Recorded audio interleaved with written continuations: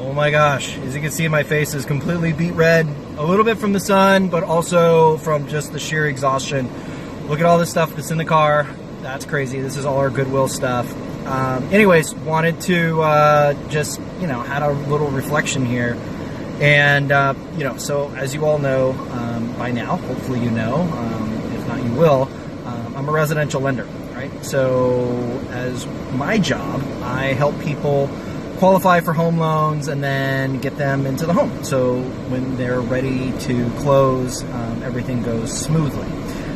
Most people don't realize that not every lender out there is the same, right? So during the pre-approval process, if your lender says, oh, no, you're good, and you give them some information like, okay, this is how much I make, here, you can run my credit, and then the lender replies immediately and says, yay, you're pre-approved, and hands you here's the letter, here's the pre-approval letter, and you feel great because the bank says that they're going to give you $500,000, and your own family wouldn't even give you $500,000, but the bank does, right? So you feel good, you go out there, you start making offers, and then you hit snags, and the bank comes back and then they say, oh, well, I'm really sorry, but you gave us the information.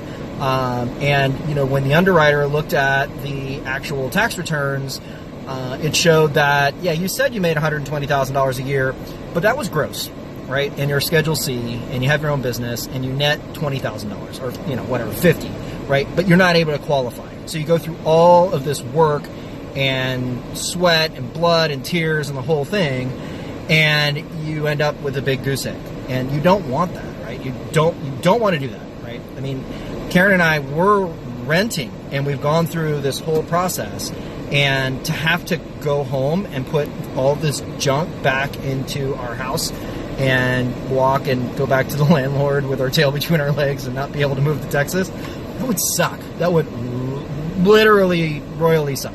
That would be the worst feeling in the world.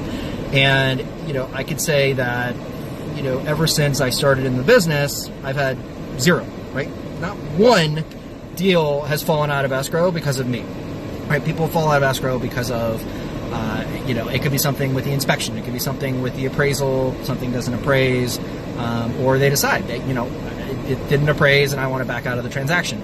Or for whatever reason, the buyer, they get cold feet and they decide they want to head out. But I've never had a deal fall out, knocking on wood, because of a guideline, right? So I'm thorough, and the little bit of sweat you put through, digging up the tax returns for the past 2 years and getting your W-2s and getting the pay stubs, and yeah, you might break a sweat because you might have to go into the storage facility to grab some of those documents.